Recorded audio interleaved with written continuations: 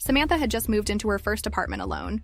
It wasn't big, just one bedroom, an old kitchen, and a long hallway that always seemed darker than it should be. Still, it was cheap and close to her job. A win. On the first night, she heard scratching. It came from the ceiling vent above her bed, like something with fingernails, dragging. She turned on the light. Silence. She told herself it was rats, or maybe the wind rattling metal. Old buildings make noise. But the next night, it got worse. The scratching returned, louder, faster, like something was crawling. Then came the smell. Something foul drifted from the vent. Rotten meat, damp hair, something dead. She sprayed air freshener and shut her door tight. On the third night, she was woken at 3:17 a.m., not by scratching, by whispering. Soft, rhythmic, almost like chanting.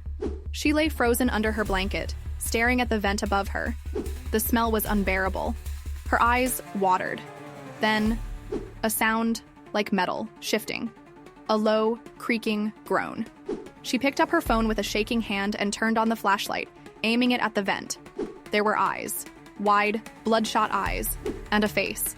A face stretched too thin over sharp bones, staring down at her through the slits in the vent cover. She screamed. The face didn't flinch. She ran to her neighbor across the hall, Mrs. Eller, an old woman who had lived there for 30 years.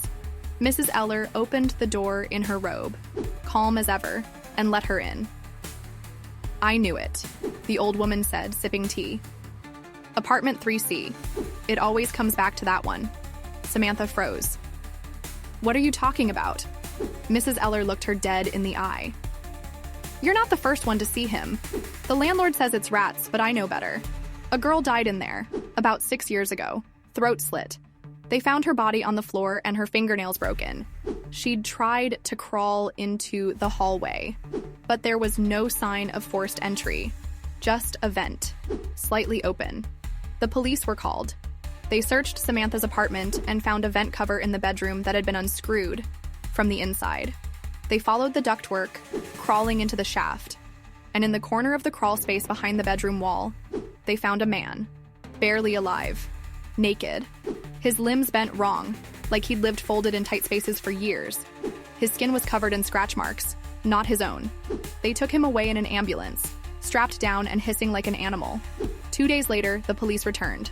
They found something else. Behind the drywall, near the vent, wrapped in old bed sheets, a body, mummified, dried, hands still curled, long brown hair matted with blood. Samantha never found out her name, but the medical examiner guessed she'd been dead for 6 years. She was the girl who died before her, the one who never made it out. The man in the vent hadn't just been hiding. He had been living there, waiting. And this time, Samantha had seen him too soon.